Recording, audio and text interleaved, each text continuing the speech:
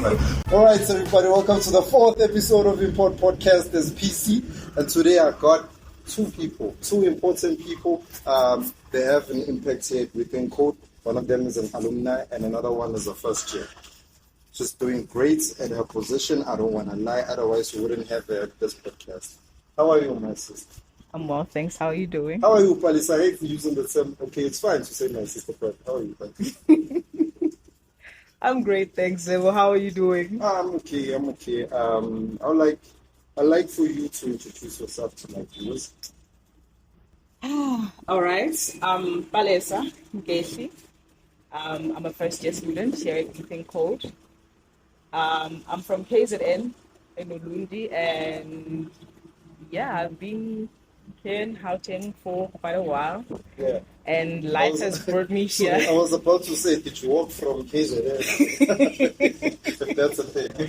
I mean, as much as my tribe, you guys know we're capable of that, but no, I came with a bus.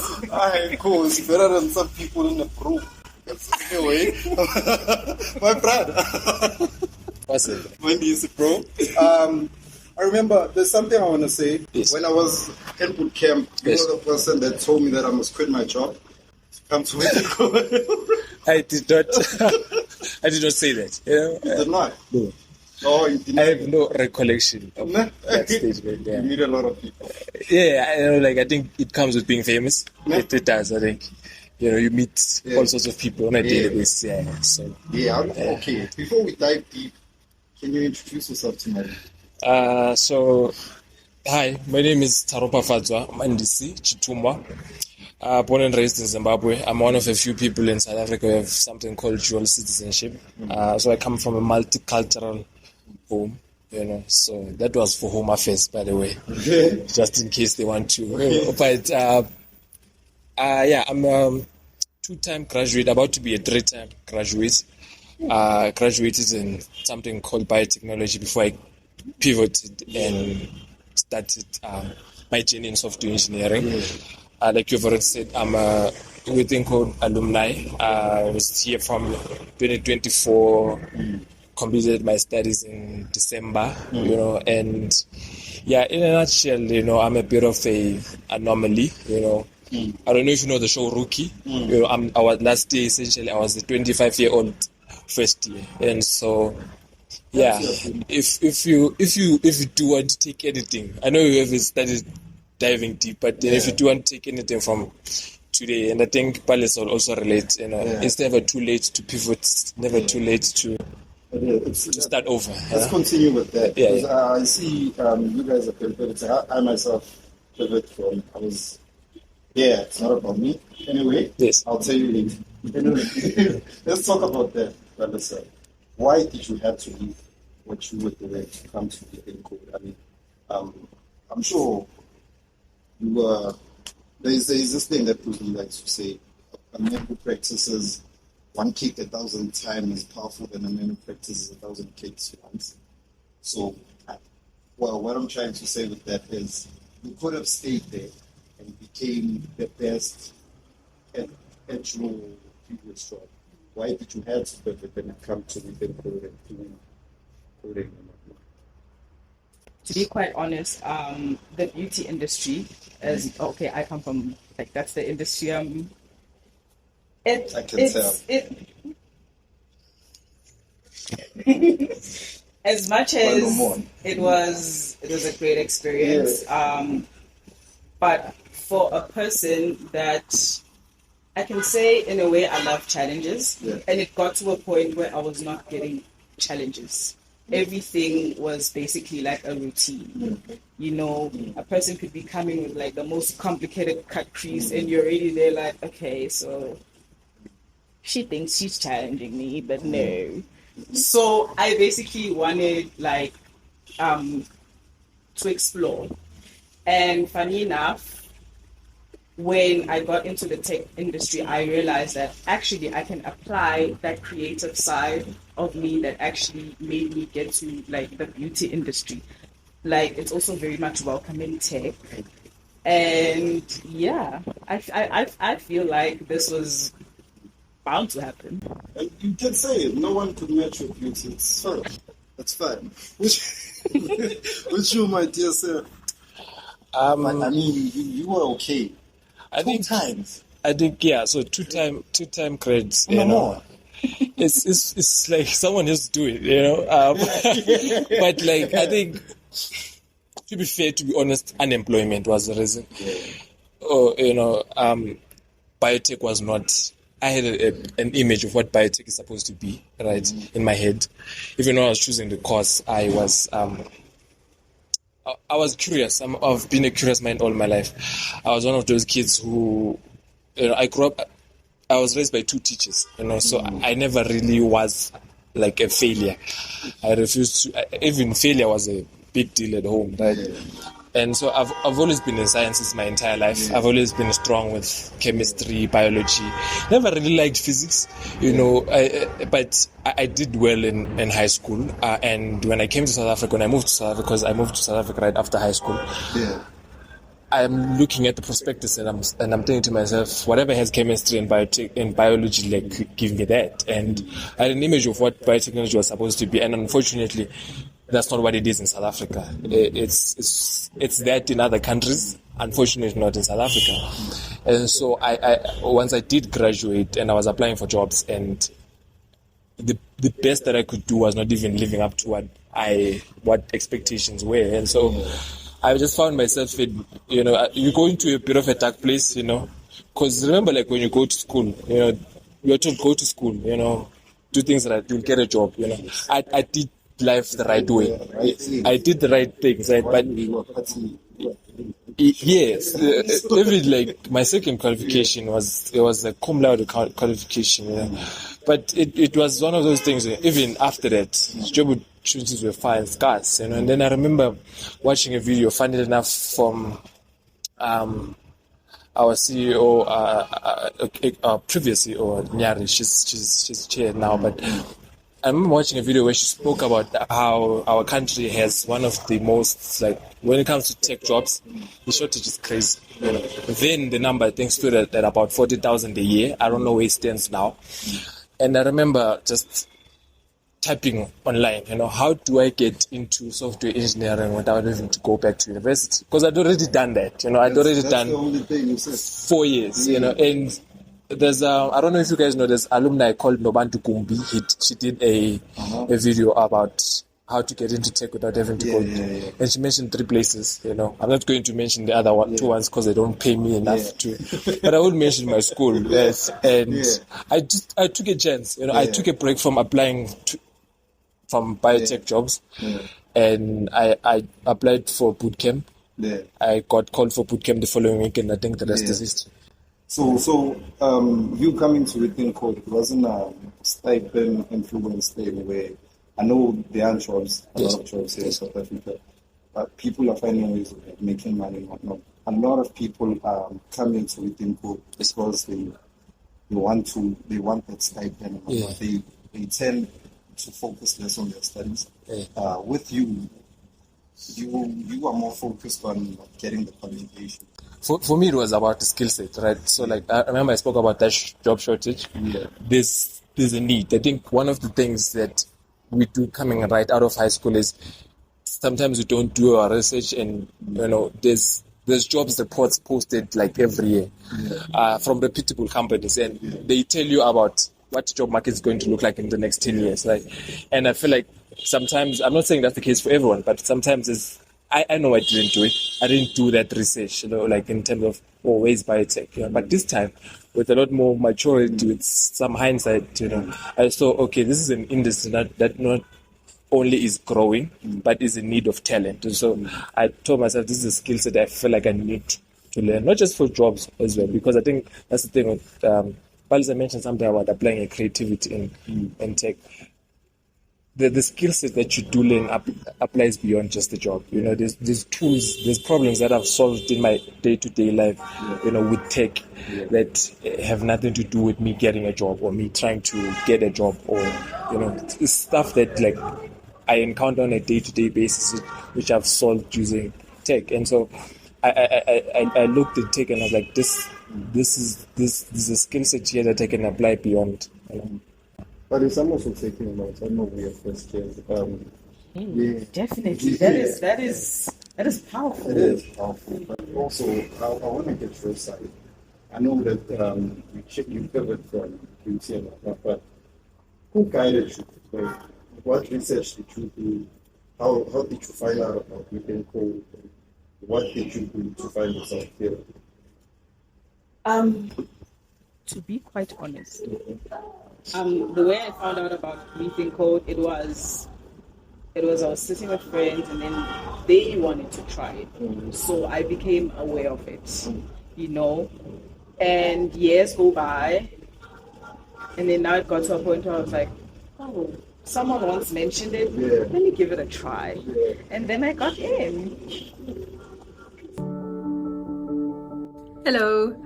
The things I like about tech is endless possibilities. You can be anything and everything you want to be. If you want to create, if you want to destruct, if you want to do policies, you can do that. So I'm an aspiring ethical hacker, so that means I want to destroy, but no, I also want to build systems as well. So I love the endless possibilities that you can be, whether you want to be back end, front end, web, whatever. So it's the endless possibilities. There's a lot of things I would say to a first year.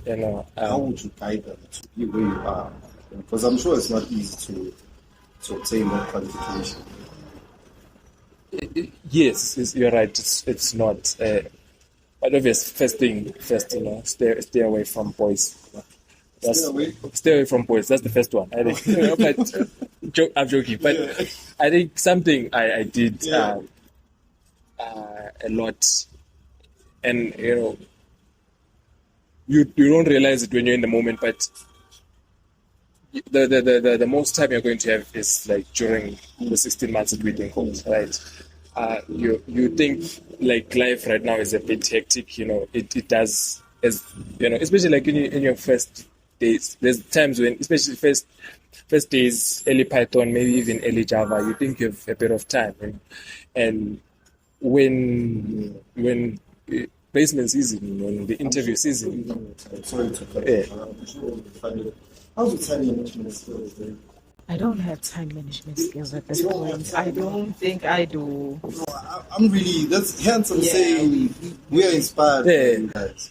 But you know what I will say? I think there's quite a few things I would say, but I think one thing, I think if you to take away anything from this conversation is you want to learn as much as possible, right? There's content that we think code is going to feed you. I can tell you right now for free, it's not enough, because there is a cohort full of people. There's 200 of you guys, 200 and something, who are going to have more or less the same skill set, who have this more or less the same skill set. What's making you stand out? Yes, you know Python, you know Java, and then soon you're going to know HTML, CSS, and JavaScript, and how to build full stack projects. Maybe you do an elective in data engineering, you learn something more, but what is going to make you stand out is the skills that you learn on your own. That cloud course that you take, that when you go on Udemy and you take a React course, because we think is not going to teach you with React.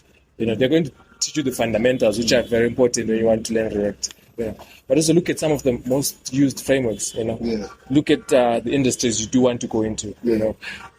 Learn. So like if I was to say something to a first day, maybe something I also would have said to myself. But I think it's like speaking to Palisa, but also to your viewers, right? In the sense that, and this is also for people who are not maybe at written code. The good thing about tech right now in this day and age is you don't need to be a Mandis, you don't need to be a Palisa, you don't need to be a label to actually have to get into tech, right? We've seen evidence of that, right? And so upskill as much as possible, build projects, even if it's something you think is light or lightweight, I remember recently as a friend of mine was looking for someone to build him a site for his business, and he was asking me if I know him, and I was like, I trained for this, just give me a week. Other day I was demoing the site to him, and he actually loved it. It's a static website. It's nothing too complex, but it's a skill set like 16 months I didn't have, And so I think to the first years to Palisa, the lessons that you're going to learn from written code, yes, they're important, they're fundamentals, but go beyond that. Learn Spring Boot, learn React, learn Django, all of these frameworks. But also learn something in line with something that you like. If you want to go into cloud engineering, get Amazon AWS free account. They give you 6 months practice. Go on AWS Educate practice. If you want to go into data engineering, Microsoft Services offers free courses that you can do. If you want to go into AI engineering, Claude, Anthropic, the guys who built Claude AI, they have over 200 courses that you can do on AI engineering. So right now, you have, especially in this time, you have first thing. Trust me, you think you don't have time, but this is the most time you're going to have. So utilize the time in the best way possible. Upskill. Solid information. So, with that, and that we have to learn a lot as quickly as possible. I'm going back to time.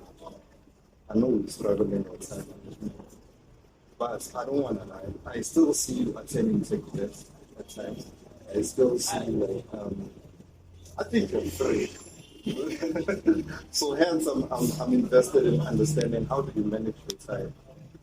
And what would you say to our cohort? What advice would you give them in terms of time? When it comes to time management, I don't think it can be like a one-size-fits-all type of thing. For me, what works for me is like having a calendar, like a big calendar, but also right next to it, you need to have a vision board.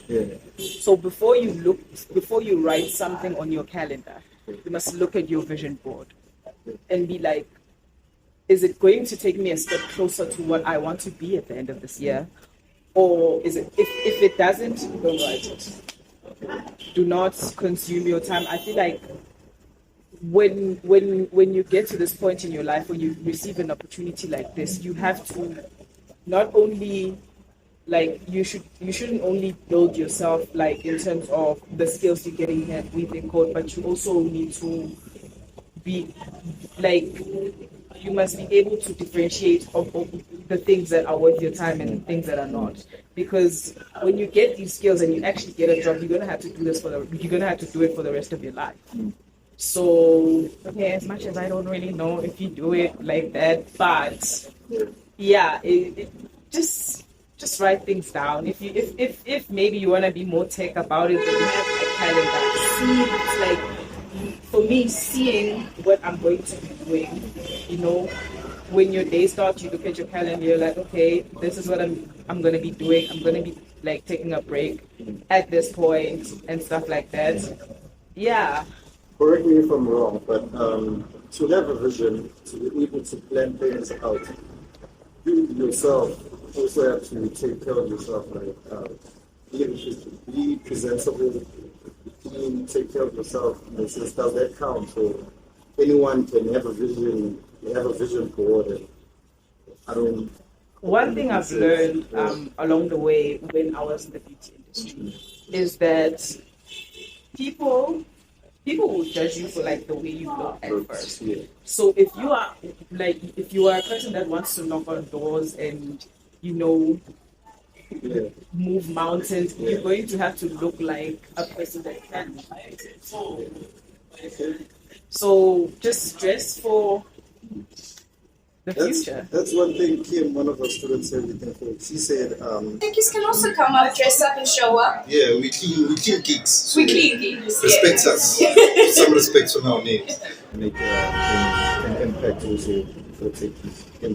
Definitely, because one thing I can guarantee you, if you are not looking proper, I mean, it's not that you have to wear expensive things, but you have to look like you actually did put in time. Then people will actually listen to you. That boosts your confidence. Obviously, you have to also be confident. You know what I'm saying? That's your flamboyant. You always hold the girl. Whenever she steps into a room, you never miss a girl. No, I think I've seen at least highlights of it, so I know what I've seen. You know? What did you say? I think. Yeah. But anyway, I hope we have a part 2. Thank you so much, guys, for pulling up. Anytime. Yeah, in podcast. Those were some insightful information. I myself will practice it as well. Yeah, I hope you do. Especially because I wasn't interested. Telling you the truth, I wasn't interested in learning frameworks for some reason, but now I see myself diving into Spring Boot. Yeah, and I'm gonna go deeper and deeper. And I think this is for there are people who say Spring Boot. People are going to say other frameworks are better than Spring Boot, and I want to say it right now. They are lying. They will lie to you. They will say things like that, like Django is better than it's like you must run away from those people. Yeah. They are misleading you. But also that's the other thing we take, which is interesting. It's a project I worked on using Spring Boot quite like last year, and because tech is so fast paced, right? Some of the tools I used like for authentication and that project, they're deprecated now. So like I can't even, because there's a new way of authenticating things, and so like I think it's quite fun, when you're constantly learning. Yeah. So man. Thank you for coming, and also I hope we have a part 2. And I want to do an episode with you and Kim. I'd love that. I think Kim is a very smart woman, and her aura is amazing. So I'd love that. I'm a big fan, actually. I'm a big fan of Kim. Yes. I met today briefly, and I could tell from the jump, that she's destined for great things. I'm a fan of everyone. Everyone, yes, we can call it. I'm a fan of you. I'm a fan of you. I'm a fan of everyone. Anyway, sorry for cutting you guys. Thank you so much. Have a wonderful day. Thank you very much.